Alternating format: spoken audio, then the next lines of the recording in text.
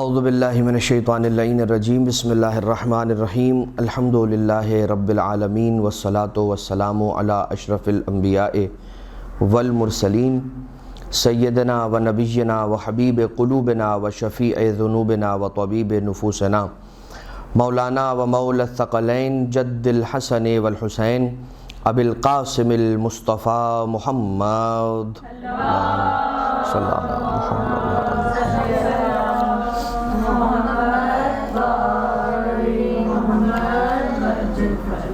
وآلہ الطیبین الطاہرین المعصومین المظلومین المنتجبین المنتخبین المیامین الذین اذہب اللہ عنہم الرجس وطہرہم تطہیرا اللہم صلی علی محمد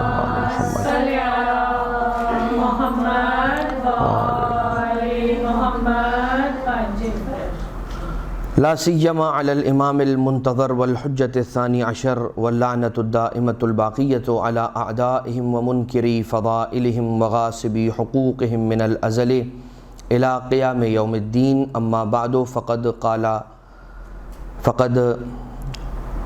قال سبحانہ وتعالی فی محکم کتابہ ومتقن خطابہ وقولہ الحق وهو اصدق القائلین بسم اللہ الرحمن الرحیم انکا لعلی خلق عظیم۔ اذان محترم،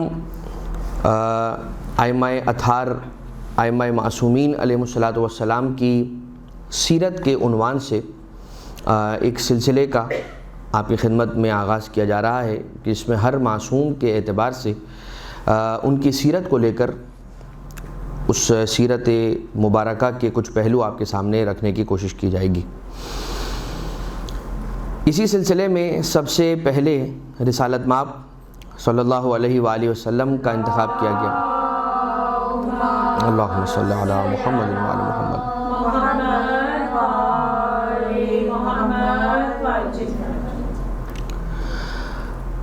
رسول کے جو اوصاف حمیدہ ہیں اور اخلاق عظیمہ ہیں، ان کے بارے میں گفتگو کرنے سے پہلے ایک بات میں بیان کرنا بہت مناسب تر سمجھتا ہوں، اور وہ یہ ہے کہ ہم یقیناً وہ ساری چیزیں جو روایتوں کے اندر اور حدیثوں کے اندر، حدیث کے اندر، کتابوں کے اندر ملتی ہیں اور جو روایت ہوئی ہیں وہ ڈسکس کریں گے، آپ کے خدمت میں عرض کریں گے، مگر ایک بات یہ ذہن نشین رہے کہ جو کچھ رسالت مآب صلی اللہ علیہ وآلہ وسلم نے انجام دیا اور جو کچھ فرمایا حدیثوں کی صورت میں، یہ ہمارے لیے نمونہ عمل کے طور پر ہے۔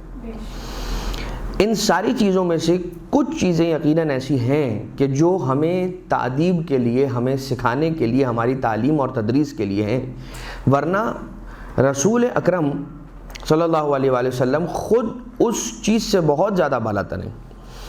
یقیناً یہ وہ ہستیاں ہیں، تمام ہی ائمہ اطہار علیہ السلام کی جب ہم بات کرتے ہیں کہ ائمہ اطہار کون ہیں، تو وہ ہیں جنہیں پروردگار عالم نے اس زمین پر ہمیں اور آپ کو سکھانے کے لیے بھیجا ہے، اور ہمیں کس لیے بھیجا ہے؟ سیکھنے کے لیے بھیجا ہے۔ لہٰذا اس بات کا اندازہ ان ائمہ معصومین، ان معصومین علیہ الصلوۃ والسلام کی سیرت کا جائزہ لیتے ہوئے، مطالعہ کرتے ہوئے، ڈسکشن کرتے ہوئے یہ ذہن میں رکھنا بہت زیادہ ضروری ہے کہ ہم انہیں اپنے جیسا نہ سمجھنے لگیں۔ جب ہم یہ ڈسکس کریں گے سیرت کے کچھ واقعات ہیں، کچھ احادیث ہیں، رسول کے اوصاف حمیدہ ہیں، ان کو جب ڈسکس کیا جائے گا تو کہیں پر یہ ذہن میں تصور پیدا نہ ہونے پائے کہ ہم رسول کو عام انسانوں اور عام افراد سے کمپیئر کر رہے ہیں۔ اب اگر مثال کے طور پر آپ یہ دیکھیں کہ رسول ہیں کون؟ رسول وہ ہیں کہ کنت نبیًا والآدم بین الماء والطین، میں اس وقت بھی نبی تھا جب آدم پیدا ہو چکے تھے، میں اس وقت بھی نبی تھا جب آدم خلق ہو رہے تھے، خلق ہو چکے تھے، روح ڈالی جا چکی تھی۔ نہیں، فرمایا ابھی آدم کی تخلیق کس فیز سے گزر رہی تھی، کس مرحلے سے گزر رہی تھی؟ بین الماء والطین، خاک یعنی کہ آب اور گل کے درمیان، گیلی مٹی اور پانی کے درمیان ابھی حضرت آدم علیہ السلام کا خمیر گوندا جا رہا تھا، تب میں محمد مصطفیٰ پیدا ہو چکا تھا، خلق ہو چکا تھا، موجود تھا. نہیں نہیں نہیں، میں اس وقت بھی نبی تھا جب آدم ابھی خلق بھی نہیں ہوئے تھے. تو یہ وہ ہستیاں ہیں کہ جو اس وقت سے ہیں کہ جب وقت بھی نہیں تھا. یہ وہ ہستیاں ہیں جو اس دہر سے ہیں، اس لہجے سے ہیں کہ جب ابھی لہجے کی بھی خلقت نہیں ہوئی تھی. اب اگر آپ یہ دیکھتے چلے جائیں کہ حجر کیا ہے؟ کیا ہے؟ جمادات، نباتات، حیوانات اور انسان. انسان دیکھتا ہے، ہم دیکھتے ہیں، کیا دیکھتے ہیں؟ پتھر. جمادات کسے کہتے ہیں؟ پتھروں کو کہا جاتا ہے. نباتات کسے کہا جاتا ہے؟ پودوں کو، پھلوں کو، پھولوں کو، یہ نمو کرنے والے. پھر آتا ہے انسان، حیوان کی کیٹیگری کیا آتی ہے، اس کے بعد پھر انسان کی کیٹیگری آتی ہے. جو چیز حجر کو یا جمادات کو نباتات کی فہرست کے اندر شامل کر دیتی ہے، وہ فصل کیا ہے؟ وہ چیز کیا ہے؟ وہ امتیاز کیا ہے؟ ڈیولپمنٹ، نمو. وہ نمو، وہ ڈیولپمنٹ کہ جو جمادات میں نہیں ہے اور نباتات میں ہے، یہی نمو ہے اور یہی ڈیولپمنٹ ہے کہ جو اسے نباتات بنا رہا ہے جمادات سے ہٹا کے. اگر ایک صفت جمادات کے اندر ایڈ ہو جائے نا، ڈیولپمنٹ، تو پھر وہ جمادات نہیں رہتی، وہ پھر کیا بن جاتی ہے؟ نباتات. کیوں؟ اس لیے کہ جو جمادات ہیں، پتھر، پہاڑ، 1000 سال رکھے رہیے، 1000 سال تک ایسے کہ ایسا ہی پڑا رہے گا، اس میں کوئی اضافہ نہیں ہوگا، اس میں کوئی انکریمنٹ نہیں ہوگا. لیکن اگر آپ ایک پودا، ایک بیج جو ہے وہ زمین کے اندر گاڑ دیجئے اور اس کو پانی دے دیجئے اور جو اس کے سازگار ماحول ہے اس کے اندر اس کو رکھ دیجئے، تو وہ پھر آہستہ آہستہ آہستہ آہستہ ڈیولپ ہونا شروع ہو جاتا ہے. تو اس کے اندر نمو پیدا ہو جاتی ہے، یعنی وہ پودا بڑھنے لگتا ہے، ڈیولپ ہونے لگتا ہے، اس میں انکریمنٹ ہو جاتی ہے، اس پر پتے لگتے ہیں، پھول لگتے ہیں، پھر پھل لگتے ہیں. اس کے اندر کیا ہے؟ نمو تو ہے، لیکن یہ جو نمو اور یہ جو ڈیولپمنٹ اور یہ جو موومنٹ اور انکریمنٹ ہے، یہ اس کی اپنی مرضی سے نہیں ہے. یہی وجہ ہے کہ اگر آپ نے دیکھا ہوگا ایک منی پلانٹ کر کے ایک پودا ہے، اس کو اگر ہم ڈوری سے باندھ دیتے ہیں تو جس سمت میں ہم نے ڈوری کو باندھا ہوتا ہے، یہ پودا اسی سمت میں چلنا لگتا ہے. یعنی اس کی ڈیولپمنٹ کی سمت اور ڈائریکشن ہم نے معین کی ہے. بات واضح؟ اب آپ اگر اس کے اندر متحرک تو ہے، کیونکہ اس کے اندر نمو ہے، ڈیولپمنٹ ہے. جب ڈیولپمنٹ ہے اٹ مینس کہ اس کے اندر حرکت ہوگی، متحرک ہے. یہ پتھر متحرک نہیں ہے، جمادات ہو گیا. نباتات متحرک ہیں مگر نمو کے ساتھ ہیں، اپنی مرضی کے ساتھ نہیں ہے، ارادہ نہیں ہے. تو اب اگر آپ یہ حرکت ارادے کے ساتھ، یعنی کہ ارادے کی ایک فصل کا اضافہ کر دیں تو کیا ہوگا؟ وہ حیوانات کی صنف میں چلا جائے گا.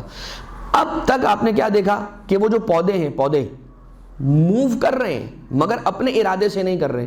حیوانات وہ ہیں کہ جو نمو کرتے ہیں، موو کرتے ہیں مگر اپنے ارادے سے موو کرتے ہیں. ایک چیز اور ایڈ کر لیجئے تو انسان بن جائے گا، اور وہ چیز کیا ہے؟ عقل. احسنتم، عقل ہے. عقل اگر آپ نے ایڈ کر لی ان ساری چیزوں کے اندر، تو یہ آپ نے کیا دیکھا؟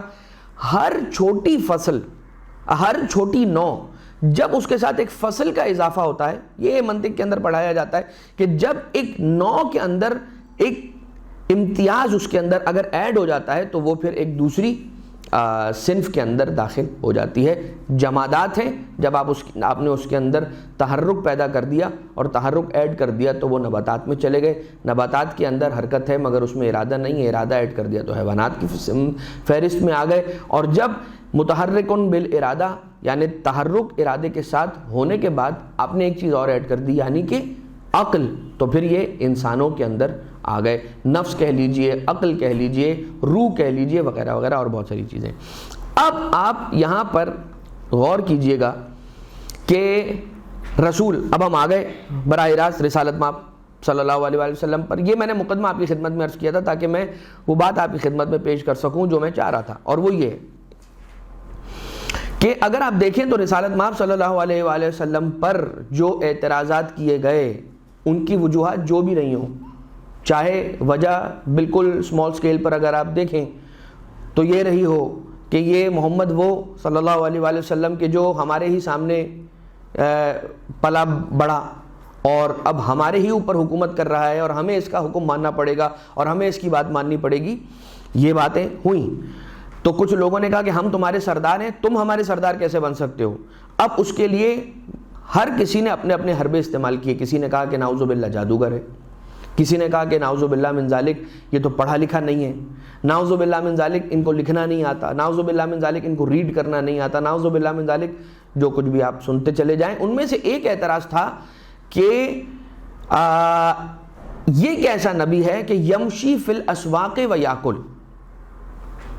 نعوذ باللہ من ذالک ان لوگوں نے رسالت مآب کے لیے یہ بات بھی کی کہ یہ کیسا نبی ہے کہ جو بازاروں میں چلتا پھرتا ہے جیسے ہم بازاروں میں چلتے پھرتے ہیں، وہ یاکل، اور ویسے ہی کھاتا پیتا ہے کہ جیسے ہم کھاتے پیتے ہیں. تو اب یہاں پر آ کر رکیں گے اور ایک اعتراض کو ایڈریس کریں گے، یہ عرض کرتے ہوئے کہ اگر کوئی یہ کہتا ہے کہ یہ بھی محمد نبی انسان، ہم بھی انسان، یہ بھی کھاتا ہے ہم بھی کھاتے ہیں، یہ بھی چلتا ہے ہم بھی چلتے ہیں، یہ بھی بازاروں میں آتا ہے ہم بھی بازاروں میں آتے ہیں، یہ بھی سوار ہوتا ہے ہم بھی سوار ہوتے ہیں، تو پھر فرق کیا ہوا؟ نعوذ باللہ من ذالک. ان کا اعتراض ہے کہ جسے میں آپ کے سامنے پروجیکٹ کر رہا ہوں، میں آپ کے سامنے اسے رکھ رہا ہوں. بالکل اسی طرح سے کہ جس طرح سے ان لوگوں نے اس اپنے اعتراض کو سپورٹ کرنے کے لیے قرآن کریم کی ایک آیت لا کے رکھ دی اور کہنے لگے کہ قرآن کریم کی سورہ کہف کی آیت آخری آیت کے اندر ہے کہ بسم اللہ الرحمن الرحیم قل انما انا بشر مثلکم، کہہ دیجئے اے حبیب کہ میں تمہاری طرح ہی کا بشر ہوں. لیکن انہوں نے پوری آیت نہیں پڑھی. پوری آیت، اس آیت کا آخری حصہ، اگلا حصہ کیا ہے؟ انما انا بشر مثلکم، میں تمہاری طرح کا نظر آنے والا بشر ہوں. فرق کیا ہے؟ یوحا الیہ، میری طرف وحی ہوتی ہے، تمہاری طرف وحی ہوتی ہے کیا؟ ٹھیک. تو وہ افراد کے جو رسول کو خود جیسا کہہ رہے تھے، اپنے جیسا، اپنے آپ جیسا، اور اپنے آپ سے خود سے کمپیئر کر رہے تھے، ان لوگوں کا کہنا یہ تھا کہ یہ کھانا کھاتا ہے ہم بھی کھانا کھاتے ہیں، یہ بازاروں میں آتا ہے ہم بھی بازاروں میں آتے ہیں، یہ سوار ہوتا ہے ہم بھی سوار ہوتے ہیں، یہ پیدل چلتا ہے ہم بھی پیدل چلتے ہیں، تو یہ محمد بھی ہم جیسا اور ہم محمد جیسے، نعوذ باللہ من ذالک. حالانکہ ایسا تو نہیں ہے. تو پھر اس کے جواب میں کیا بات لے کر آئیں گے؟ وہی سلسلہ جو ہم نے جمادات، نباتات، حیوانات، انسان کا آپ کی خدمت میں عرض کیا. مجھے ایک بات بتائیے، پھل، سیب ہم کھاتے ہیں؟ بالکل کھاتے ہیں. اگر ہم اپنے قربانی کے جانور کے لیے وہ پھل لے جائیں، سیب اس کے سامنے رکھیں گے، وہ کھا لے گا نہیں کھا لے گا؟ اگر وہ کھا لے گا تو کیا ہم یہ کہہ سکتے ہیں کہ ہم حیوان جیسے اور حیوان ہم جیسا؟ ہم نہیں کہہ سکتے. جب ہم یہ نہیں کہہ سکتے، حالانکہ وہی پھل، وہی سیب کہ جو ہم کھا رہے ہیں وہی حیوان بھی کھا رہا ہے. ارے بھائی، ہم بھی تو پیدل چلتے ہیں، حیوان بھی پیدل چلتا ہے، ہم بھی بیٹھتے ہیں حیوان بھی بیٹھتا ہے، ہم بھی سوتے ہیں حیوان بھی سوتا ہے، ہم بھی جاگتے ہیں حیوان بھی جاگتا ہے. تو کہہ دیجئے نا کہ ہم بھی حیوان جیسے اور حیوان بھی ہم جیسا. نہیں کہا جا سکتا، اس لیے کہ کچھ امتیازات ایسے ہیں کہ جو اس میں نہیں ہیں، ہم میں ہیں، جس کی وجہ سے پروردگار عالم نے ہمیں حیوانات پر افضلیت عطا کر رکھی ہے. بالکل اسی طرح سے محمد مصطفیٰ صلی اللہ علیہ وآلہ وسلم میں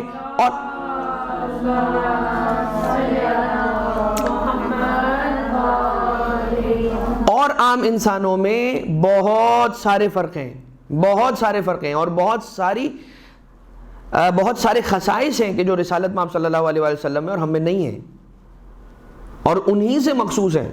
بہت ساری تو ایسی فضیلتیں ہیں کہ جو حضور گرامی قدر صلی اللہ علیہ وآلہ وسلم سے مخصوص ہیں، اور بہت ساری فضیلتیں ایسی ہیں کہ جو ان میں ہیں، معصومین میں ہیں، اور ہم عام افراد میں نہیں ہیں. ان میں سے ایک بات جو میں نے بالکل ابھی آپ کی خدمت میں عرض کر دی کہ انما انا بشر مثلکم یوحا الیہ، کہہ دیجئے کہ انما انا بشر مثلکم، میں تمہاری طرح کا بشر اس طرح کا ہوں کہ مجھ پر وحی ہوتی ہے. یوحا الیہ، ہم پر اور آپ پر وحی اس طرح سے نہیں ہوتی کہ جس طرح سے رسالت مآب صلی اللہ علیہ وآلہ وسلم پر ہوتی ہے. اب آ جائیے رسول کی سیرت کی طرف چلیں کہ بیان کرنے والوں نے اس انداز سے بیان کیا کہ رسول اکرم جس چوپائے پر سوار ہو جاتے تھے وہ کبھی بوڑھا نہیں ہوتا تھا. جس پتھر یا جس درخت کے قریب سے گزر جاتے تھے وہ آپ کو سلام کرنے لگتا تھا۔ اب ذرا جو یہ کہتے ہیں نا کہ سلام کرنا، زیارت پڑھنا، زیارت کیا ہے؟ سلام کرنا ہی تو ہے۔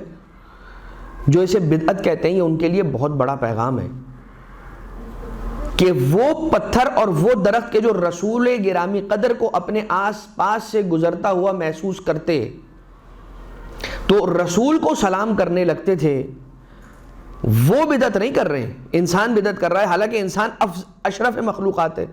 تو پھر یہ سمجھنا اور کہنا پڑے گا کہ وہ شے کہ جو ایک پتھر ہو کر جانتا ہے اور سمجھتا ہے، وہ انسان اشرف ہو کے بھی اگر نہ سمجھے تو وہ پتھر سے بھی بدتر ہے، وہ جمادات سے بھی بدتر ہے۔ ہاں، اور وہ درخت کے جو درخت رسول اکرم ایک شخص سے کہ جب وہ آیا اور رسول سے ایمان کی اور مومن کی نشانیاں پوچھنے لگا رسول سے، تو رسول نے فرمایا کہ دیکھو، اگر کوئی مومن ہو نا تو اس کی نشانی یہ ہوتی ہے کہ اگر اس طرح کے جو سامنے درخت موجود ہے، اس طرح کے کسی درخت سے کہے کہ چل کر میری طرف آ جاؤ تو وہ آنے لگے۔ ابھی یہ رسول کا جملہ مکمل نہیں ہوا تھا، وہ درخت چل کے رسول گرامی قدر کے قریب آ کر رک گیا۔ رسول نے فرمایا میں نے تجھے حکم نہیں دیا تھا، اسے مثال دی تھی۔ رسول نے فرمایا کہ میں نے ابھی تجھے حکم نہیں دیا تھا، یعنی کہ اتباع محمد مصطفیٰ صلی اللہ علیہ وآلہ وسلم کا عالم نباتات اور جمادات کے اندر اتنا ہے کہ رسول اگر فرضی طور پر بھی کوئی بات کر رہے ہیں تو وہ اسے اپنے لیے قابل اطاعت سمجھ کر اس پر اطاعت کرنا شروع کر دیتے ہیں۔ اور ہم کیا کرتے ہیں؟ حکم آ گیا، 1400 سال ہو گئے اور حکم آ گیا، یا مثال کے طور پہ ہمارے بالغ ہونے کے بعد، ہمارے بلوغ کے بعد آج تک بہت ساری ایسی چیزیں ہیں کہ جو ہم جس پر عمل پیرا نہیں ہوتے ہیں۔ رسول اکرم کا تو حکم آ چکا ہے، رسول کی صدا فضا کے اندر گونج چکی ہے اور اس کی آوازیں آفاق کے اندر اور فضاؤں کے اندر آج بھی محفوظ ہیں۔ تو ہم پھر اپنے آپ کو انسان ثابت نہیں کر پاتے، ہم خود کو جمادات اور نباتات سے بھی بدتر دکھلا دیتے ہیں۔ تو جس پتھر یا جس درخت کے قریب سے رسول گزرتے تھے وہ سلام کرنے لگتا تھا۔ مرجھائے ہوئے پودے، رسول اکرم کا اگر لمس مبارک ان سے مس ہو جایا کرتا تھا تو وہ جان آور ہو جاتے تھے، ان میں جان پیدا ہو جاتی تھی اور وہ سرسبز و شاداب ہو جاتے تھے۔ اگر کوئی پرندہ گزرتا تھا آپ کے وجود اقدس کے آس پاس سے تو وہ آپ کے سر مطہر کے اوپر سے نہیں جاتا تھا، دائیں بائیں کسی اور سمت سے گزر جاتا تھا، مگر کبھی بھی آپ کے سر اقدس کے اوپر سے نہیں گزرتا تھا۔ مکھی اور مچھر اور اس جیسی بہت ساری، جس کو ہم فلائز کہہ لیں یا چھوٹے چھوٹے اڑنے والے حشرات کہہ لیں، یہ رسول اکرم کے جسم مبارک پر آ کر نہیں بیٹھتی تھیں۔ تو یہ کیا بتا رہی ہیں کہ ہم ہیں، جو ہم ہیں وہ کمتر ہیں، بہت کمتر ہیں، مگر ہمیں اندازہ ہے اور ہمیں معلوم ہے، پتہ ہے کہ یہ کون ہے اور ان کی تعظیم کیسے کرنا ہے۔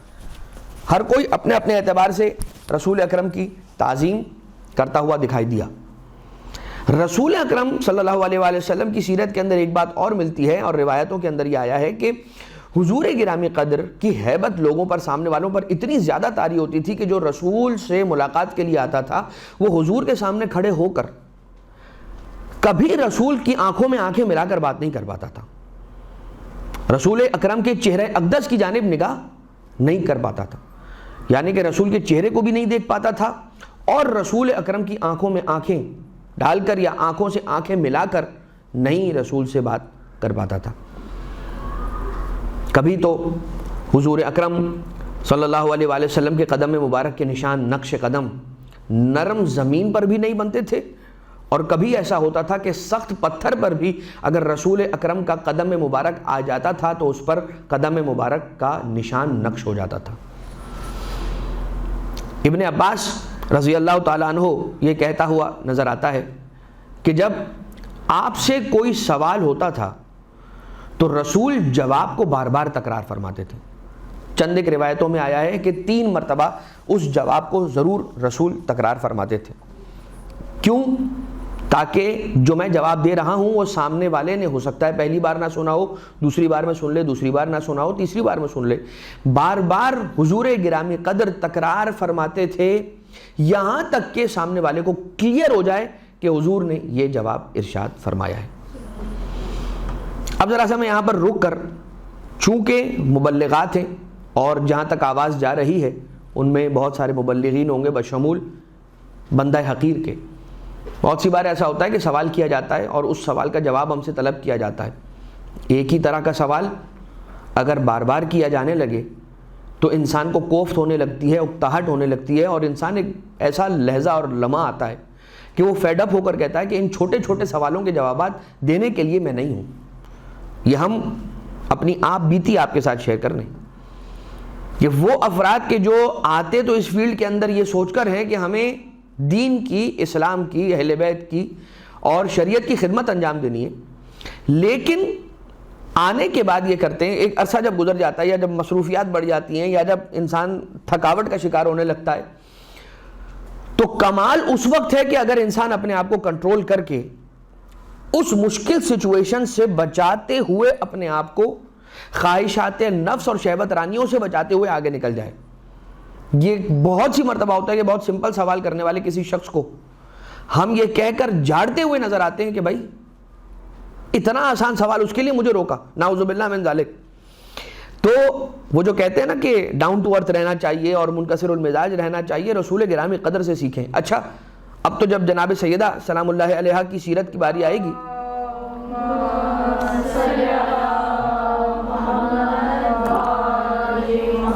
تو تب آپ کی خدمت میں ہم عرض یہ کر دیں گے کہ کس انداز سے جناب سیدہ سلام اللہ علیہا سے جب سوال ہوا تو بی بی نے جواب دیا، پھر سوال ہوا، پھر جواب دیا، پھر سوال ہوا، پھر جواب دیا، پھر سوال ہوا، پھر جواب دیا۔ تو سوال کرنے والی خاتون نے ایک مرتبہ شہزادی کونین سے، دختر پیغمبر سے یہ پوچھ لیا کہ بی بی میں آپ کو شاید تنگ کر رہی ہوں، آپ مجھ سے تنگ نہ ہو جائیے گا، میں آپ سے بار بار سوال کر رہی ہوں۔ تو بی بی نے ارشاد فرمایا کہ اگر کوئی شخص کسی کا بوجھ اٹھا کر کسی بلند مقام پر لے جا کر رکھ دے تو کیا یہ اسے زحمت دے رہا ہے یا اس کے لیے رحمت اور خیر کا باعث بن رہا ہے؟ تو اس خاتون نے کہا کہ اس کے لیے رحمت کا باعث ہے۔ کہا کہ یہ جو میں تجھے جواب دے رہی ہوں یہ بالکل اسی طرح سے ہے کہ میرا اجر تیری وجہ سے بارگاہ الہی میں پہنچ رہا ہے، اور یہ جو میرا مقام بارگاہ الہی میں بڑھ رہا ہے وہ تیرے سوالات کرنے کی وجہ سے بڑھ رہا ہے۔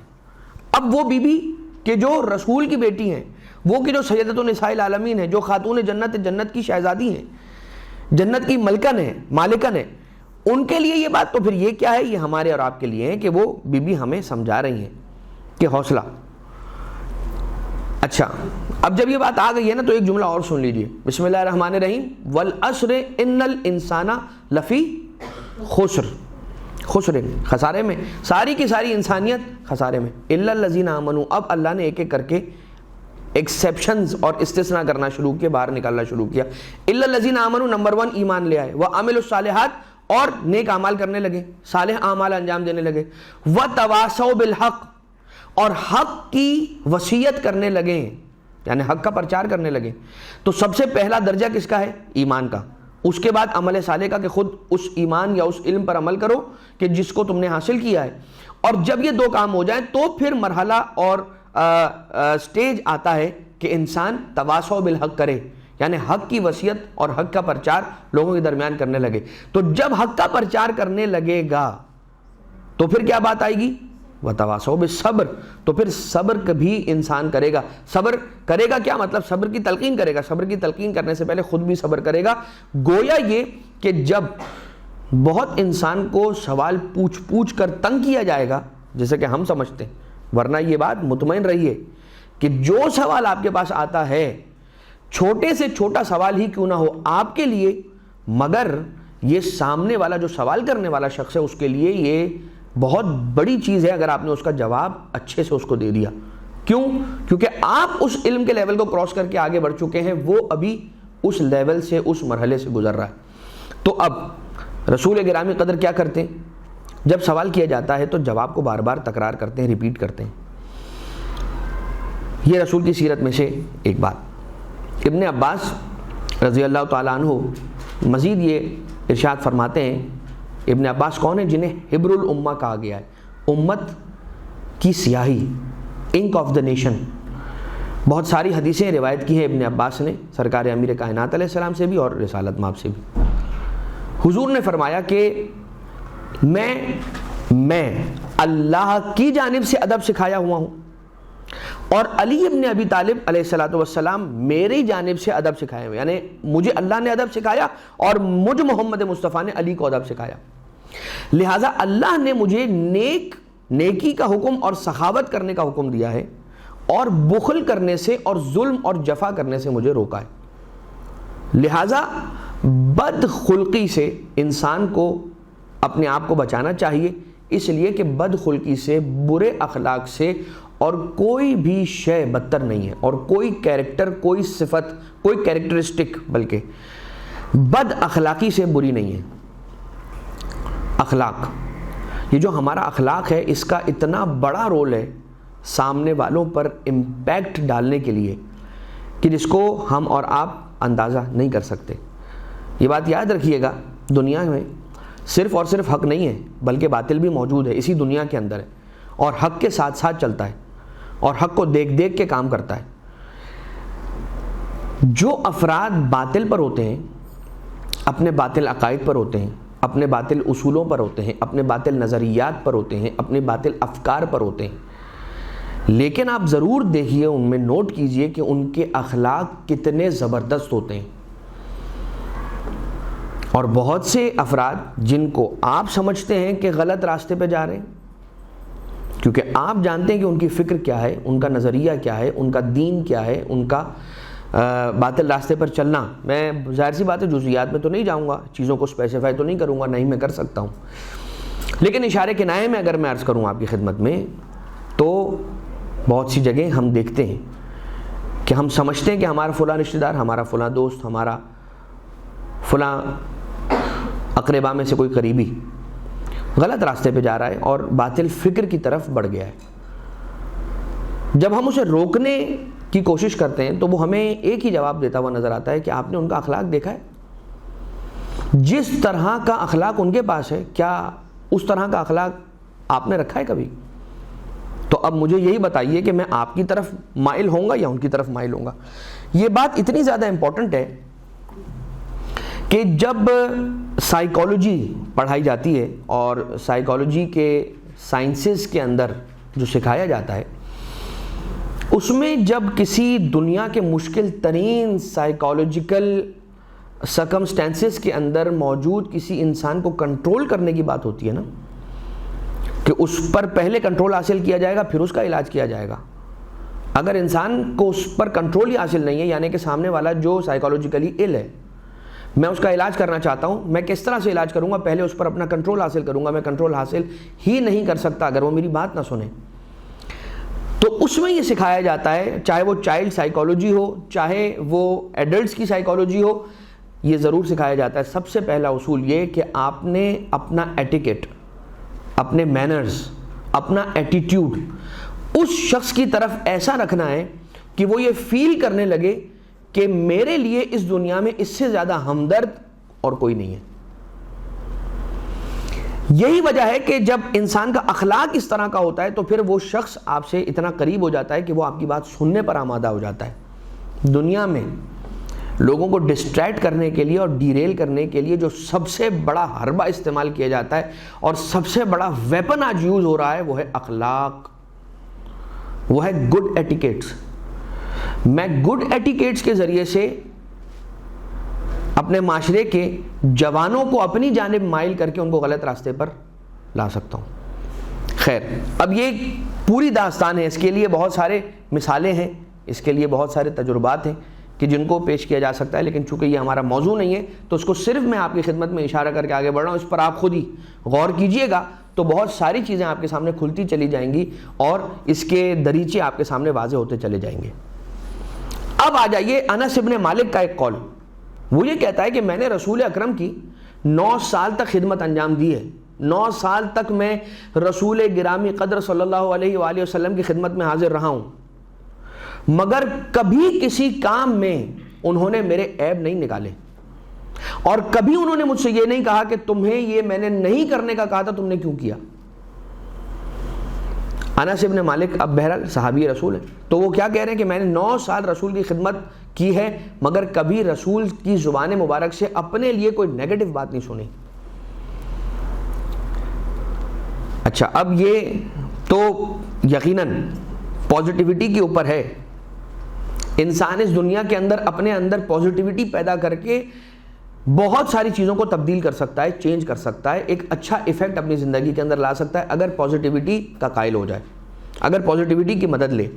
ورنہ تو ہم لوگ، ہمارا معاشرہ، ہماری یہ سوسائٹی اس بات کی طرف بہت زیادہ انکلائنڈ ہے کہ اگر میں کسی کے پاس کسی کی برائی لے کر جاتا ہوں، میں کہوں فون کر کے السلام علیکم کیسے ہو دوست، ٹھیک ہو، میں تم سے ملنے کے لیے آنا چاہ رہا ہوں، ہاں ہاں ضرور آ جاؤ، تو فلاں چیز لے آنا، ذرا سموسے لے آنا، رول لے آنا، ہم بیٹھیں گے، میں چائے بنا دوں گا۔ بیٹھے ہیں تو کیا بات ہو رہی ہے؟ تمہیں پتہ ہے فلاں نے یہ کیا، تمہیں پتہ ہے فلاں نے فیس بک پہ یہ سٹیٹس لگایا تھا، تمہیں پتہ ہے واٹس ایپ پہ آج اس کے یہ سٹیٹس لگا تھا، ہاں وہ تو ایسا ہی ہے۔ جب کسی کے بارے میں نیگیٹو بات میں کرنا شروع کرتا ہوں، سامنے والا فوراً اٹھاتا ہے اور کہتا ہے کہ ہاں تم نے تو آدھی بات کہی، پوری بات میں تمہیں بتاتا ہوں، دیکھو وہ تو ایسا ہے، اور اس نے یہ بھی کیا تھا اور یہ بھی کیا تھا اور یہ بھی کیا تھا، اور ایک امیجنیشن کی، ایک ایسی نیگیٹو امیجنیشن کی دنیا قائم کر دیتے ہیں کہ 2 افراد بیٹھ کر ایک شخص کی کردار کشی اور نسل کشی ایسے آسانی سے کر دیتے ہیں کہ پھر ختم ہو جاتا ہے معاملہ۔ تو ہم کیا کہتے ہیں، آپٹمسٹک نہیں ہیں، ہم پیسمسٹک ہیں، ہماری اپروچ بہت زیادہ پیسمسٹک ہے۔ یہی وجہ ہے کہ بہت سارے کاروبار اس ہمارے معاشرے کے اندر ایسے چل رہے ہیں کہ جو آپٹمسٹک نہیں ہے، جو پیسمسٹک اپروچ کے اوپر بیس کرتے ہیں، یہی وجہ ہے کہ وہ کاروبار چل رہے ہیں، کیونکہ ہم پیسمسٹک اپروچ کے ماننے والے، ہم بری خبروں پر فوراً ریئیکٹ کرتے ہیں، اچھی خبریں ہمیں ہلاتی نہیں ہیں۔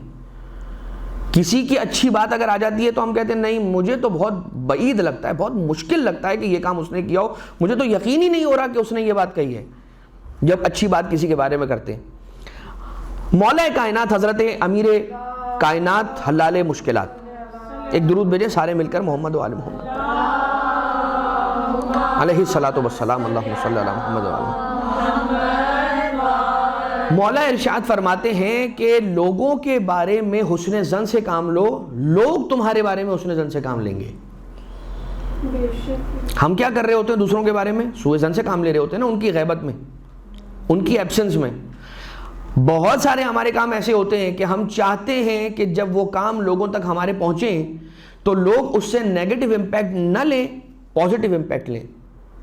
ہم یہ چاہتے ہیں یا نہیں چاہتے ہیں کہ ہمارے اس کام کو کوئی غلط نہ سمجھے، صحیح سمجھے، ہماری فلاں جگہ جانے کو کوئی غلط انداز سے نہ لے، صحیح انداز سے لے، ہماری فلاں طرح کی بات کرنے کو کوئی نیگیٹیولی نہ لے، پازیٹیولی لے۔ ہم چاہتے ہیں یا نہیں چاہتے؟ جب ہم یہ چاہتے ہیں اپنے لیے تو یہ دوسروں کے لیے کیوں نہیں چاہتے کہ یہ کہا جائے؟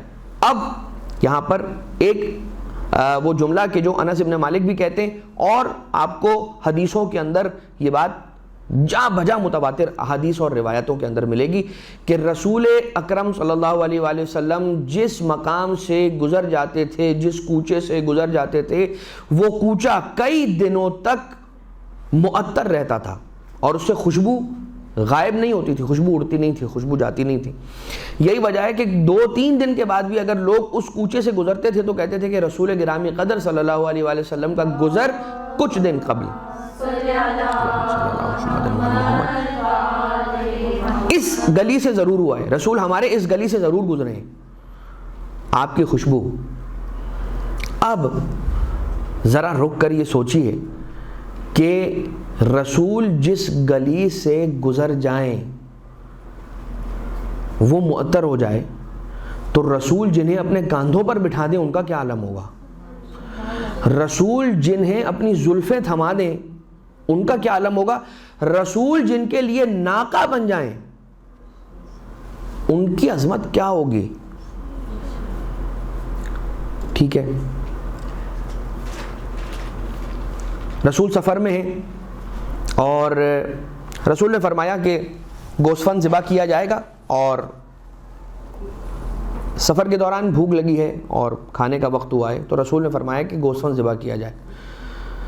اب جو اصحاب رسول ہیں نا، ان میں سے ایک نے کہا کہ یا رسول اللہ اس گوسفند کو ذبح میں کروں گا، دوسرے نے کہا یا رسول اللہ اس کی کھال میں اتاروں گا، تیسرے نے کہا یا رسول اللہ اسے پکانے کا کام میرے ذمہ داری ہے۔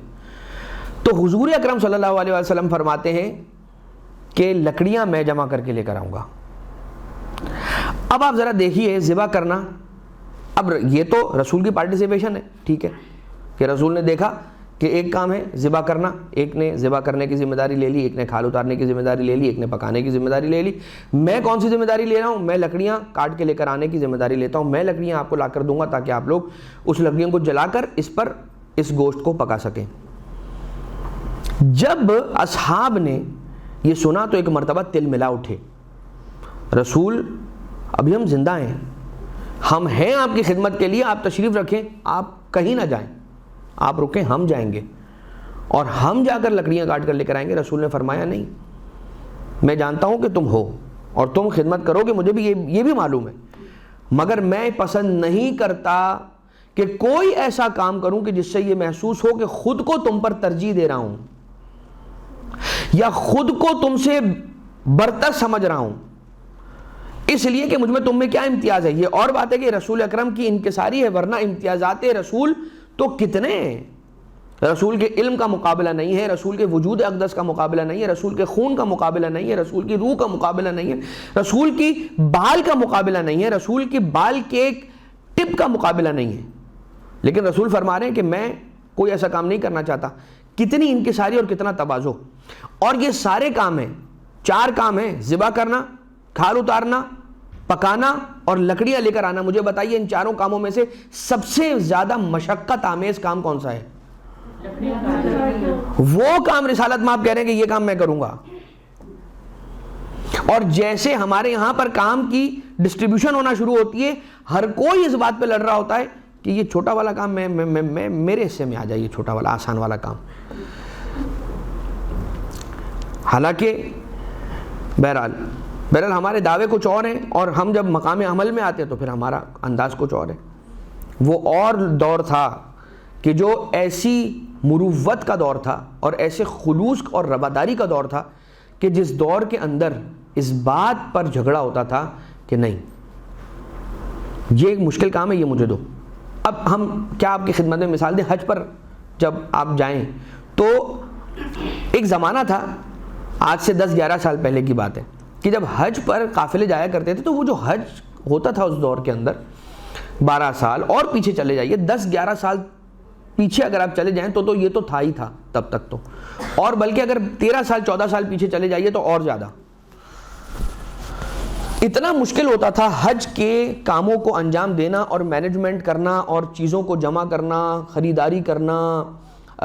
منا اور مشاعر، یعنی مشاعر منا مزدلفہ عرفہ منا مزدلفہ، یہاں پر جو وقوف ہیں 3 دن تک آپ اپنے ہوٹل میں نہیں ہوتے ہیں، میدانوں میں رہتے ہیں، آپ صحرا کے اندر رہتے ہیں تو خیمے کے اندر ہوتے ہیں، وہاں پر ٹھنڈک کا انتظام نہیں ہوتا، کھانے پینے کا انتظام نہیں ہوتا، وہ سارے کے سارے انتظام کر کے آپ نے کارٹنز بنا کے لے کر جانے ہوتے ہیں. تو اس کے لیے اتنی زیادہ کوشش اور تیاری ہوتی تھی. تو سفر انسان کو کیسے بتا دیتا ہے کہ کون کھرا ہے کون کھوٹا ہے، کہ جو مشقت آمیز کام ہوتا تھا وہ کچھ افراد آگے بڑھ کر فوراً لپک کر اسے لے لیتے تھے اور ان کو فرق نہیں پڑتا تھا کہ آسان کام دیا جا رہا ہے یا مشکل کام دیا جا رہا ہے. تو سفر میں پتہ چلتا ہے، اور سفر میں بھی نہیں، ایسے سفر میں نہیں، آسان سفر میں نہیں، مشکل سفر میں انسان کا پتہ چلتا ہے کہ اگر مشکل سفر کریں گے آپ نا تو اس میں پتہ چلے گا. آج کل کے جو آرام دہ اور آسائش آمیز سفر ہے اس میں بھی بہت کچھ لوگوں کا پتہ چل جاتا ہے. اگر کسی کے ساتھ کمرہ شیئر کر لیں آپ، کسی کے ساتھ اگر کھانے کا ٹیبل ہی شیئر کر لیں تو پتہ چل جاتا ہے، کسی کے ساتھ گاڑی کی سیٹس اگر آپ شیئر کر لیں تو بھی پتہ چل جاتا ہے سفر کے اندر. لیکن جتنا مشقت آمیز سفر ہوتا ہے اتنا انسان اور زیادہ کھلتا چلا جاتا ہے. رسالت میں آپ نے ارشاد یہ فرمایا کہ میں لکڑیاں کاٹوں گا. حضور اکرم کے اخلاق والا صفات، شب جمعہ ہے، مسجد قباء ہے، رسول نے افطار کرنا چاہا اور رسول نے فرمایا کہ کوئی پینے کی چیز اگر ہو تو وہ میرے لیے لے آئی جائے.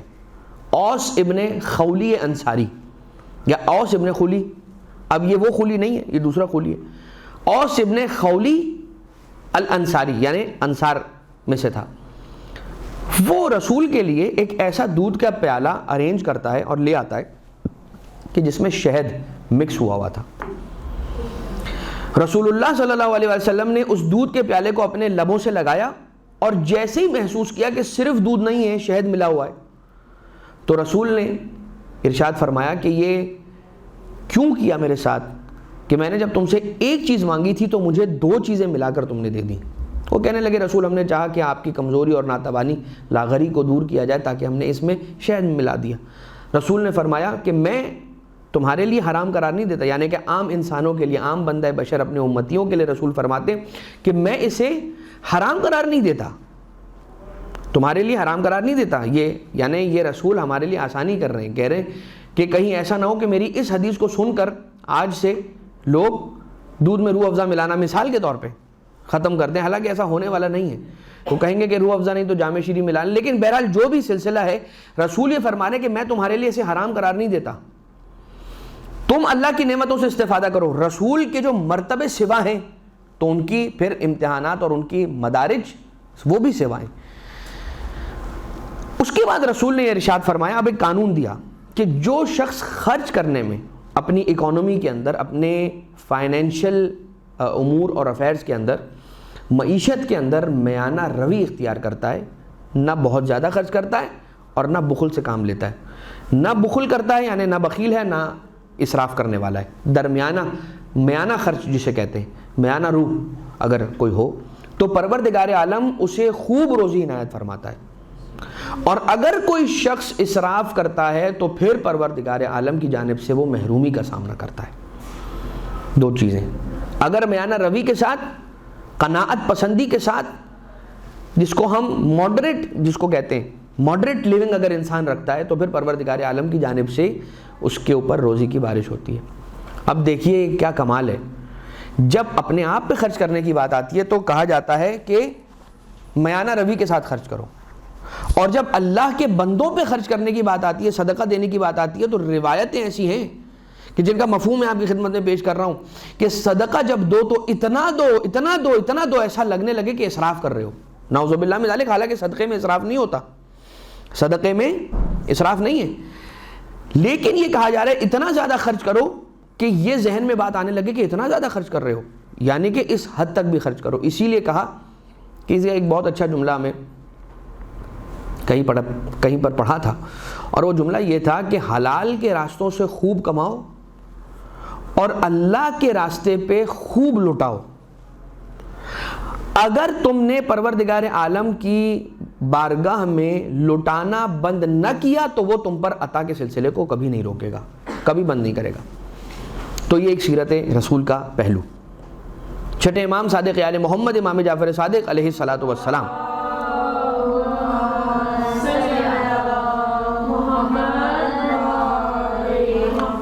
کی ایک حدیث کہ جس میں مولا امام علیہ الصلوۃ والسلام ارشاد فرماتے ہیں کہ رسول اول بعثت، یعنی کہ جب اعلان بعثت ہوا، جب رسول کی اعلان نبوت، رسول تو یوں تو کنت نبیا والآدم بین الماء والطین، نبوت محمد مصطفیٰ کا آغاز تو بہت پہلے سے، لیکن جب اعلان ہوا اور جب رسول کو تبلیغ رسالت کا حکم بعثت کی صورت کے اندر آ گیا، مبعوث برسالت ہوئے، تو یہ کہا جاتا ہے کہ ایک مدت تک رسول نے پے در پے روزے رکھنا ایسے شروع کر دیے تھے، یعنی روزانہ رسول کا روزہ ہوتا تھا، اور لوگوں نے یہ سمجھنا شروع کر دیا تھا کہ اب یہ جو سلسلہ رسول کے روزوں کا شروع ہوا ہے یہ کبھی ختم ہونے والا نہیں ہے، رسول اس سلسلے کو ترک نہیں کریں گے، کوئی دن ہو، کوئی ایسا موقع ہو، رسول روزے سے ہوتے تھے ہر روز، بعثت اول بعثت کے بعد۔ پھر کچھ عرصہ گزرا تو پھر ایک ایسا دور آیا کہ رسول ایک مدت تک ایک دن چھوڑ کر ایک دن روزہ اختیار کرنے لگے، جو کہ سنت حضرت داؤد علیہ السلام تھا۔ پھر ایک ایسا دور آیا کہ رسول مہینے کے ایام 20 کے اندر روزے رکھنے لگے، یعنی کہ 13، 14 اور 15، جنہیں ایام 20 کہا جاتا ہے۔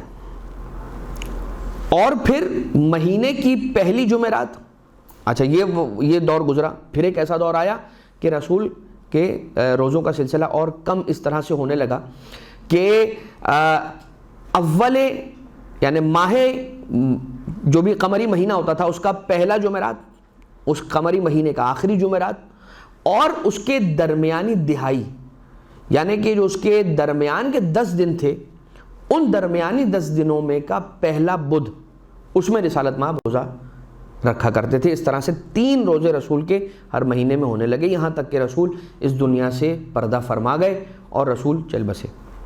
یہ انداز تھا رسول اکرم کی عبادتوں کا اور رسول اکرم کے صلی اللہ علیہ وآلہ وسلم آپ کے روزوں کا۔ مولا رضا علیہ الصلوۃ والسلام سے ایک روایت منقول ہے،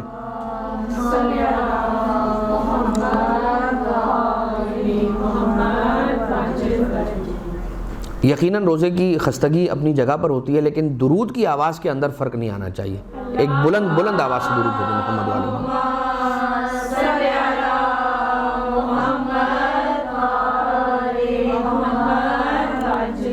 جس فریکوینسی کے ساتھ درود بھیجتے ہیں اگر وہ فریکوینسی کم بھی ہو جائے تو مسئلہ نہیں ہے، کم درود بھلے بھیجیں، لیکن جب بھیجیں تو ایسے بھیجیں کہ فرشتے یہ کہیں کہ یہ لوگ دل سے درود پڑھ رہے ہیں۔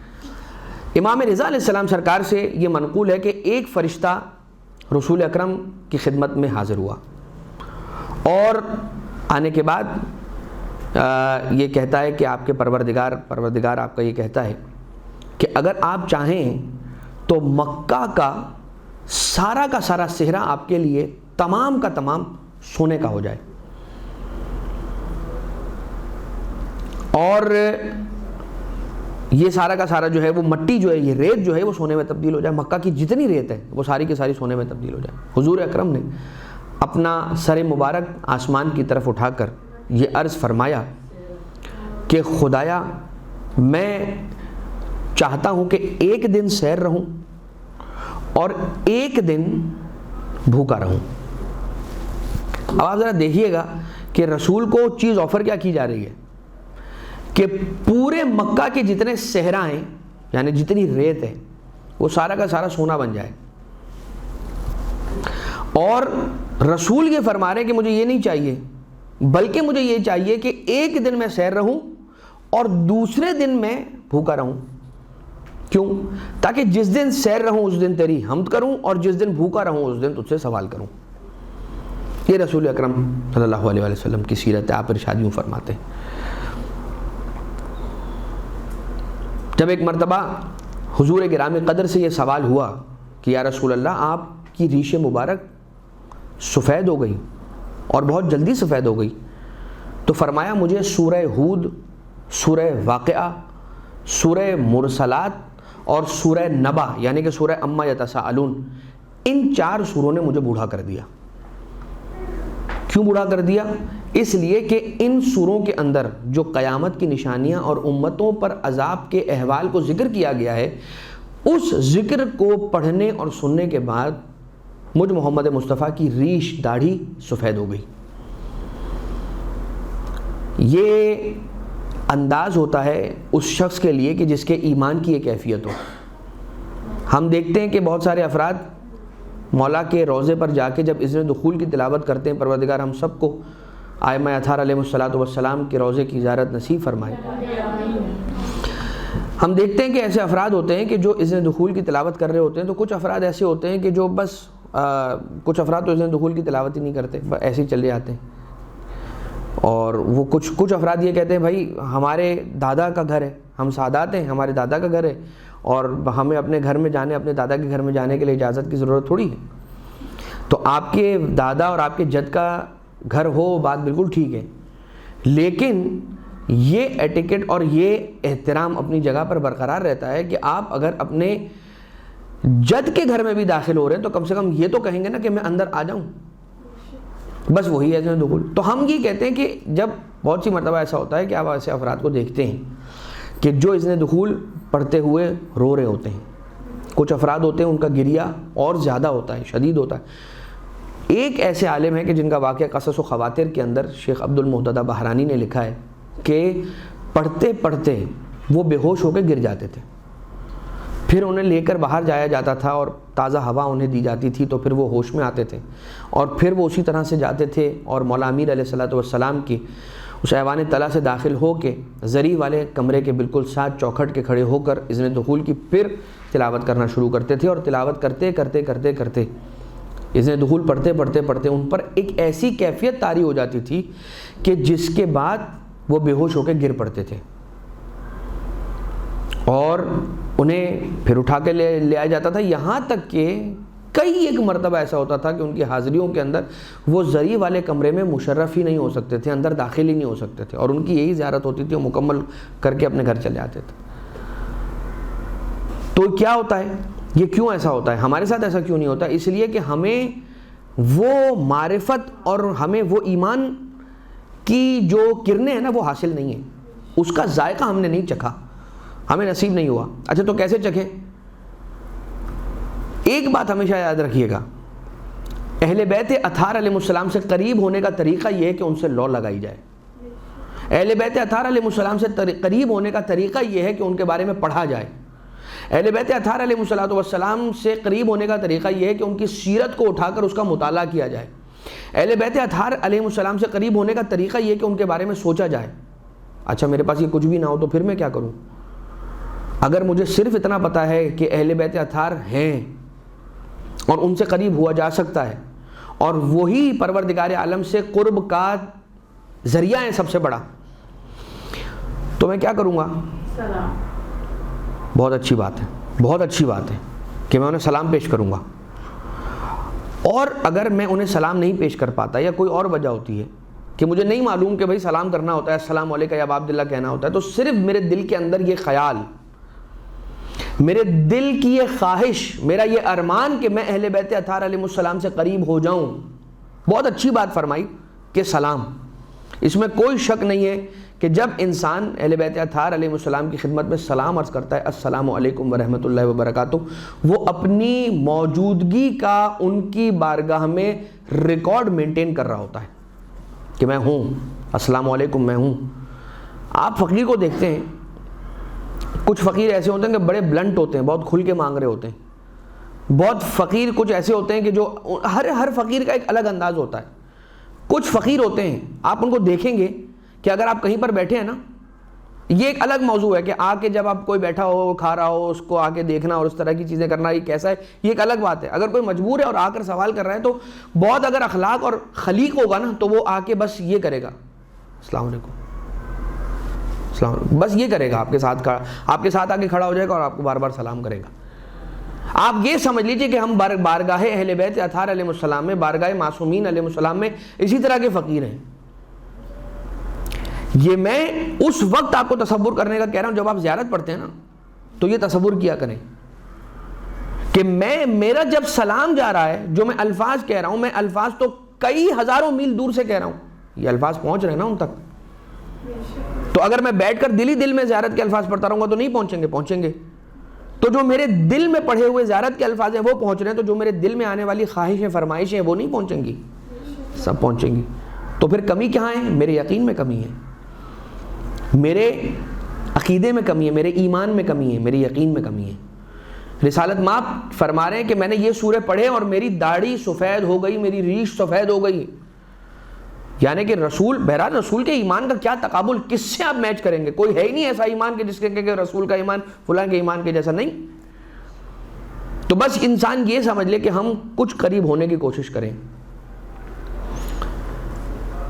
رسول پروردگار عالم کے اتنا قریب، اگر ہم رسول سے قریب ہو جائیں تو سمجھ لیں کہ ہم اللہ سے اتنے قریب ہو گئے۔ ہم یہ کہتے ہیں نا کہ بھائی آپ نے فلاں بادشاہ کا دامن تھاما ہوا ہے، ہم آپ کا دامن تھام لیں گے کہ ہماری تو اس بادشاہ تک رسائی نہیں ہے، اگر تو ہم کیا کریں، ہم اس تک رسائی حاصل کر لیں جس کی اس بادشاہ تک رسائی حاصل ہے۔ اب ذرا یہ دیکھیے گا، نبی کا سامنا ایک بدو عرب سے ہوا، ایک عرابی سے ہوا، جس کو عرابی کہا جاتا ہے، بدو کہا جاتا ہے جس کو، ایک عرابی سے رسول کا آمنا سامنا ہو گیا، اور جیسے ہی اس نے رسول کو دیکھا تو اپنی ردا اس نے رسول کے اوپر ڈالی اور رسول کو اپنی جانب کھینچ لیا، اور فوراً وہ رسول کے گلے میں اس طرح کا اثر پیدا کر گئی کہ جب وہ چادر، وہ ردا رسول کے گلوئے مبارک سے ہٹی ہے تو اس پر نشان تھا، اثر تھا اس چادر کا، اور وہ رسول کو کھینچتا جاتا تھا، اور وہ عربی بدو عرب یہ کہتا جاتا تھا کہ مجھے اللہ کے مال میں سے عطا کرو، مجھے اللہ کے مال میں سے عطا کرو، وہ اللہ کا دیا ہوا جو آپ کے پاس ہے اس میں سے مجھے عطا کرو۔ رسول نے کیا جواب دیا؟ رسول اس کی جانب دیکھتے ہیں اور مسکراتے ہیں. ضحکا رسول ہنسیں، بلکہ ضحکا تبسمہ کی تعبیر نہیں ہے، ضحکا لکھا ہوا ہے اس کتاب سے جو میں آپ کی خدمت میں عرض کر رہا ہوں. اور پھر رسول نے اپنے ایک صحابی کو حکم دیا کہ اسے جو یہ چاہتا ہے وہ عطا کر دیا جائے. کس انداز سے رسول نے اس پر مہربانی فرمائی اور محبت فرمائی. سمجھ لیا رسول نے وہ کس اسٹیٹ آف مائنڈ کے اندر ہے، نادان ہے، اس کے نادانی کو درگزر فرمایا. رسول ایک بدو عرب کی نادانی کو درگزر فرماتے ہیں. ہم ایک رسول کے امتی کی نادانی کو درگزر نہیں فرماتے ہیں.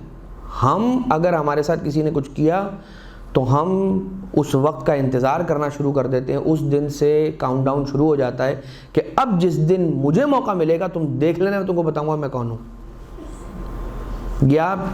یہ آپ اپنے دامن سے باندھ لیجئے. کوئی آپ کو شاید اس دنیا میں آج کے دور میں ایسا نہیں ملے گا جو واقعی میں اگر کہے گا کہ میں نے تجھے معاف کر دیا تو وہ آپ کو معاف کر دے. سب سے کم ترین اتنا ہوگا کہ جان بوجھ کے آپ کو اذیت پہنچا دے گا جب اسے موقع ملے گا، اس چیز کے بدلے میں جو آپ نے غلطی سے ہو گیا تھا آپ سے، اس کے بدلے میں آپ کو جان بوجھ کے اذیت پہنچا دے گا اور اس کے بعد کرے گا اوہ معذرت مجھے تو پتہ ہی نہیں تھا. اور بس پھر آپ سوچتے رہیں کہ یہ اس کو کیسے پتہ نہیں تھا. لیکن ایسا ہوتا ہے. یہ میں اسی معاشرے کی بات کر رہا ہوں، ہم اسی معاشرے کے فرد ہیں اور ہم اسی معاشرے میں اٹھتے بیٹھتے ہیں، صبح شام کرتے ہیں، تو اندازہ تو ہے کہ ہمارے معاشرے میں ہوتا کیا ہے اور ہو کیا رہا ہے. ہم نے نہیں چھوڑنا ہوتا کسی کو، ہم نے نہیں درگزر کرنا ہوتا. چاہے علی کا ماننے والا ہو، ہم کہیں گے نہیں اس نے ایسا کیا ہے، بات ختم ہو گئی، اب دیکھنا تم، میں حساب تو برابر کر کے ہی رہوں گا.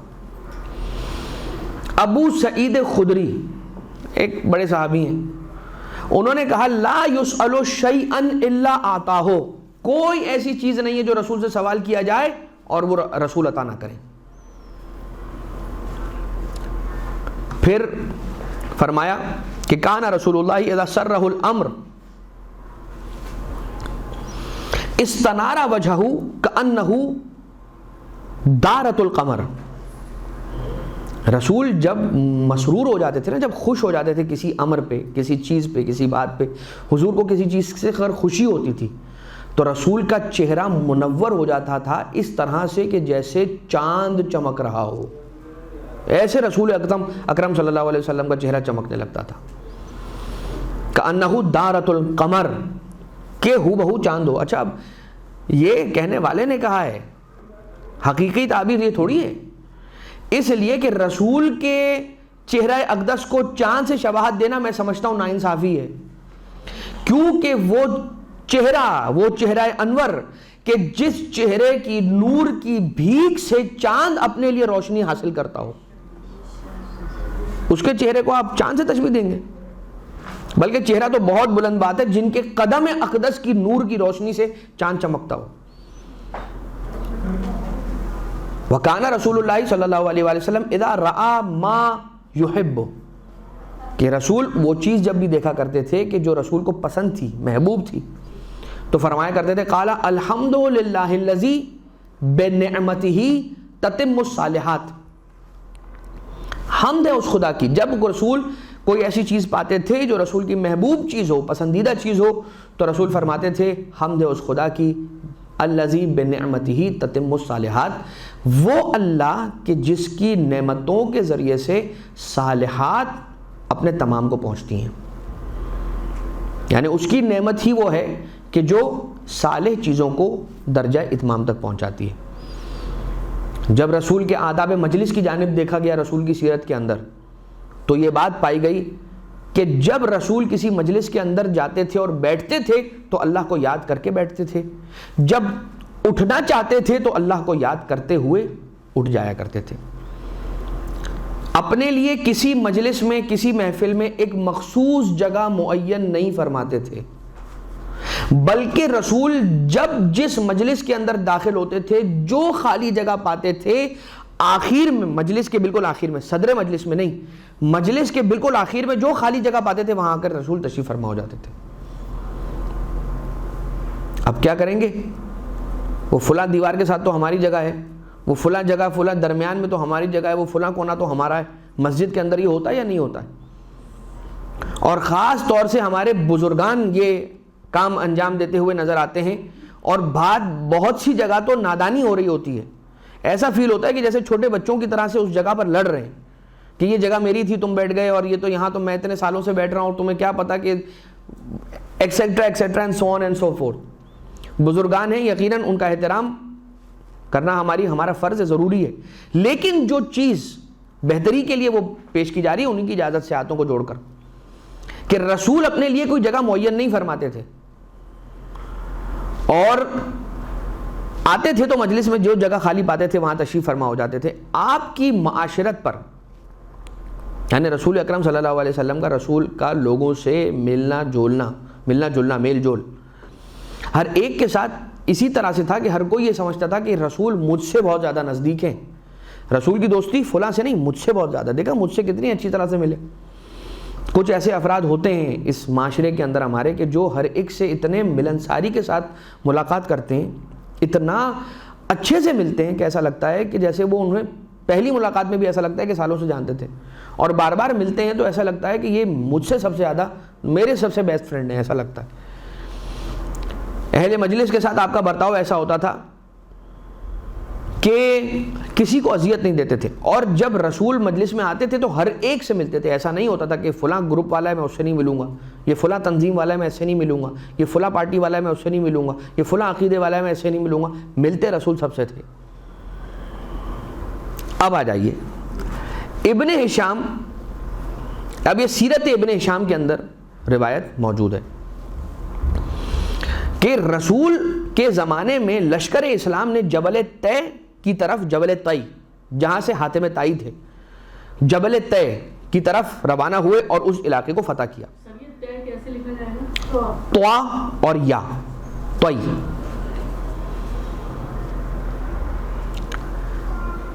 جب جبل طے کے علاقے کو مسلمانوں نے فتح کیا تو وہاں پہ جو لوگ تھے جو اسیر بنائے گئے ان کو قیدی بنا کے لایا گیا، ان میں حاتم طائی کی بیٹی بھی تھی، اور حاتم طائی کی بیٹی نے جب رسول کو دیکھا تو رسول سے سلام ادب عرض کر کے کہا کہ یا رسول اللہ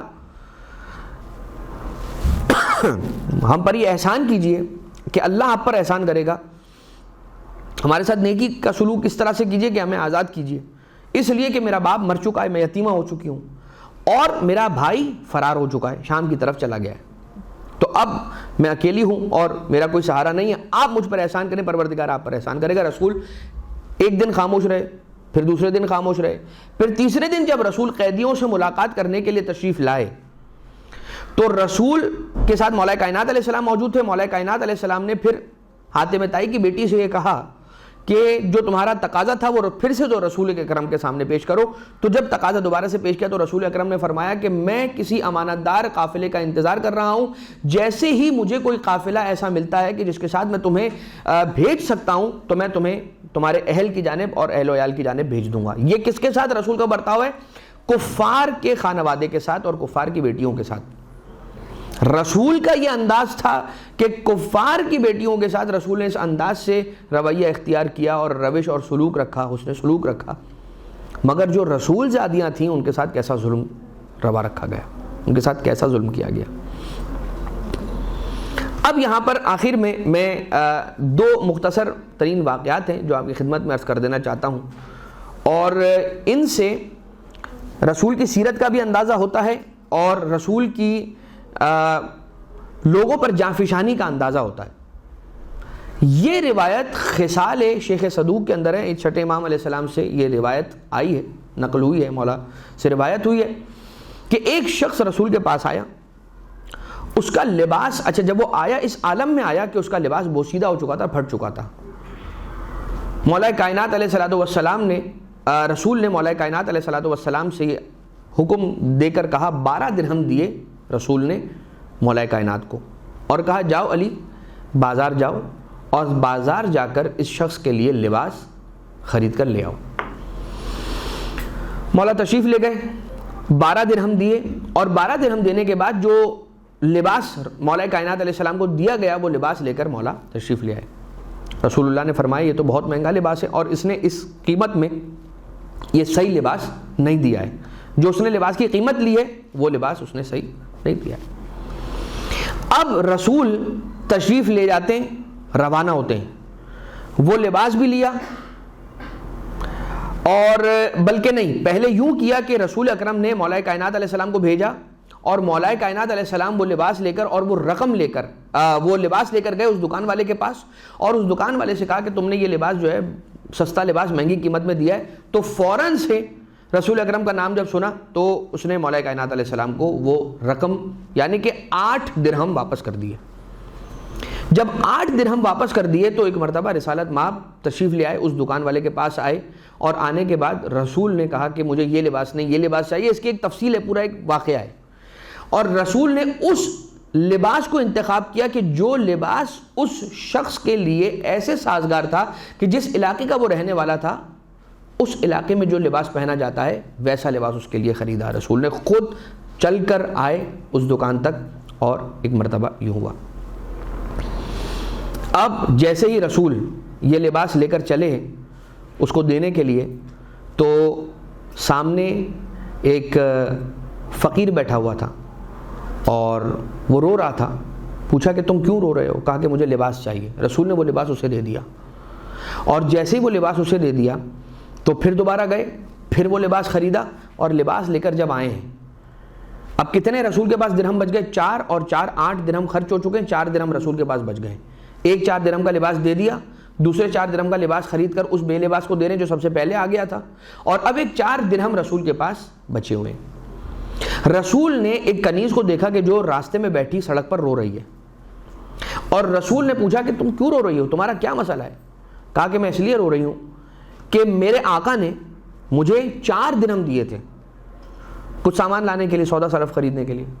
وہ 4 درہم مجھ سے ضائع ہو چکے ہیں, اور مجھے اب خوف ہے کہ میں جاؤں گی اور میرا تعاقب ہوگا. تو رسول کی خدمت, رسول کے پاس جو 4 درہم تھے, رسول نے وہ 4 درہم اس عورت کے حوالے, اس کنیز کے حوالے کر دیے. اب جب رسول اکرم وہ لباس دے کر واپس سے گزرے, اب یہ لباس اس پہلے شخص کو جو سوالی تھا اس کو دے دیا. اب جب رسول دوبارہ اس کوچے سے گزرے ہیں تو رسول نے دیکھا کہ وہ کنیز ابھی بھی وہیں پہ بیٹھی ہوئی ہے اور پھر رو رہی ہے. تو رسول نے جا کر پھر پوچھا کہ بھائی تمہارا جو مسئلہ تھا وہ تو حل ہو گیا, 4 درہم تمہیں دے دیے, اب تم جاؤ اپنے گھر, تم کیوں رو رہی ہو؟ کہا میں اس لیے رو رہی ہوں کہ مجھے خوف ہے کہ جب میں پلٹوں گی تو مجھ پر ہاتھ اٹھایا جائے گا, مجھے مارا جائے گا. اب یقیناً وہ آقا اور وہ جو بھی مالک ہوگا اس کنیز کا وہ ہاتھ اٹھاتا ہوگا. تو کہا کہ میں تمہارے ساتھ چلتا ہوں اور میں تمہارے آقا سے اور تمہارے مالک سے بات کروں گا کہ وہ تم پر ہاتھ نہ اٹھائے اور تمہیں ضرب نہ لگائے, تمہیں نہ مارے. جیسے ہی رسالت مآب صلی اللہ علیہ وآلہ وسلم چلے ہیں اس کنیز کے ساتھ, اور اس شخص کے گھر کی طرف اس کنیز نے رہنمائی کی ہے, اور اس دروازے پر پہنچے, رسول نے کہا السلام علیکم. رسول نے پہلی بار سلام کیا, اندر سے کوئی جواب نہیں آیا. پھر رسول نے دوبارہ سے سلام کیا اس دروازے پر کھڑے ہو کر, کوئی جواب نہیں آیا.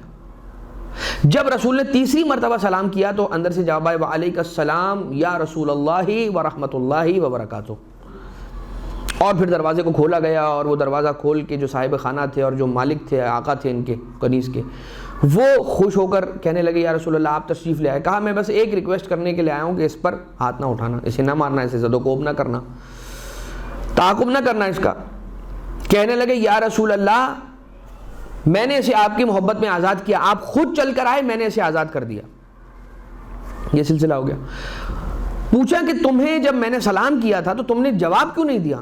کہا یا رسول اللہ جیسے ہی آپ کی آواز کو سنا ہم پہچان رہے تھے, ہم نے پہچان لیا تھا کہ یہ آپ ہی ہیں کہ جو ہمارے دروازے پر تشریف لے آئے ہیں. ہمیں خوشی اتنی زیادہ تھی کہ ہمیں آپ کی آواز سن کر ایسا محسوس ہو رہا تھا کہ جیسے جنت ہمارے دروازوں پر آ گئی ہو. ہم اسی لیے آپ کو جواب نہیں دے رہے تھے, ہم پسند کرتے تھے کہ آپ یہ بس کہتے رہیں, سلام بھیجتے رہیں. آپ کی سلامتی اگر ہمارے دروازے پر آ کر سلامتی کا پیغام آپ کی زبان سے ہو جائے تو پھر سلامتی کی بارش کیوں نہ ہوگی ہمارے گھر پر. تو میں یہی چاہتا تھا کہ آپ یہ کہتے رہیں سلام علیکم تم پر سلامتی ہو, سلام علیکم تم پر سلامتی ہو. اس لیے میں اس گستاخی کی معذرت چاہتا ہوں. رسول اکرم مسکرا کر وہاں سے واپس پلٹے, اور یہ کہتے ہوئے پلٹے کہ کیسے بابرکت 12 درہم تھے کہ جن 12 درہموں کے اندر 2 بے لباسوں کا لباس ارینج ہو گیا, اس کا انتظام ہوا, اور ایک کنیز یا غلام اسے آزادی نصیب ہوئی. یہ رسول اکرم صلی اللہ علیہ وسلم کے 12 درہموں کی برکت تھی کہ ان 12 درہم، صرف 12 درہموں کے اندر 2 بے لباسوں کو لباس مل گیا اور ایک کنیز کو آزادی ملی.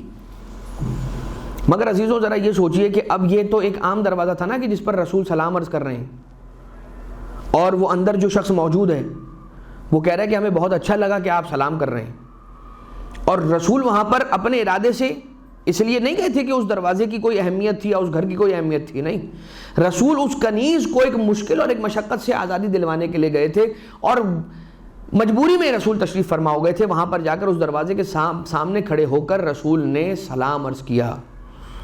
مگر عزیزو ذرا یہ بتائیے کہ رسول جب نماز پڑھنے کے لیے مسجد نبوی جاتے تھے تو مسجد نبوی جانے سے پہلے بھی ایسا کرتے تھے کہ ایک دروازے کے سامنے، ایک خاص دروازے کے سامنے رسول آ کے کھڑے ہو جاتے تھے اور یہ کہتے تھے السلام علیکم یا اہل بیت النبوہ و مادن الرسالہ و مختلف الملائکہ. تو اب ذرا سوچیں کہ اس دروازے کی اہمیت کیا ہوگی کہ رسول کی نماز کا آغاز اس دروازے پر کھڑے ہو کر سیدہ کونین کو سلام جب تک نہ کر لیتے تھے آغاز نہیں ہوتا تھا رسول کی نماز کا.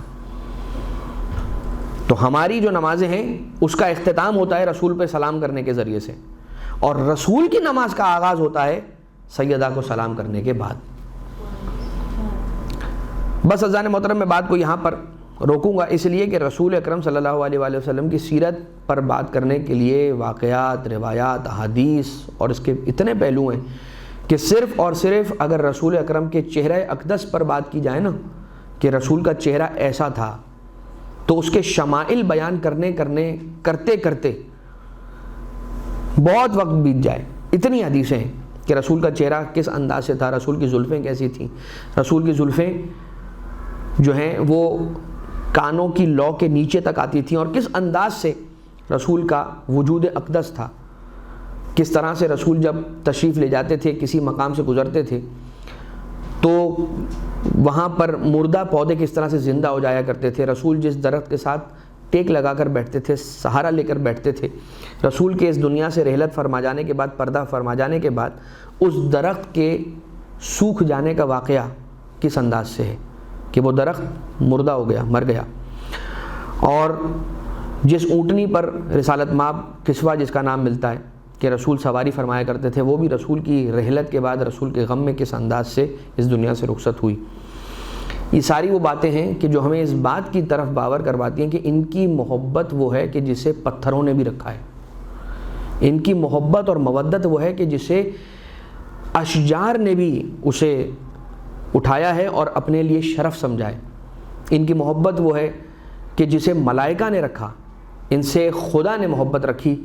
تو پھر ہم بھی ان اہل بیت اطہار علیہ الصلوۃ والسلام سے محبت رکھیں اور اس مودت اور محبت میں آن بآن اضافے کی کوشش کرتے رہیں، اور پروردگار عالم سے بھی یہی دعا طلب کرتے رہیں کہ بار الہ تو غیب کا مالک ہے، تو غیب کا جاننے والا ہے، تو غیب پر دسترس رکھنے والا ہے، تو قدرت کاملہ رکھنے والا ہے.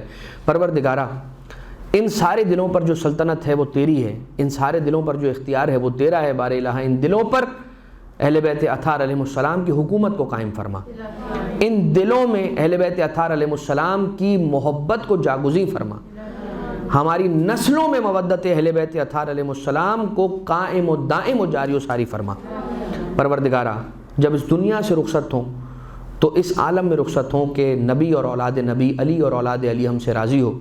صاحب الامر علیہ الصلوۃ والسلام کے ظہور میں تعجیل فرما، ہمیں اپنے آقا و مولا کے اعوان و انصار میں شمار فرما.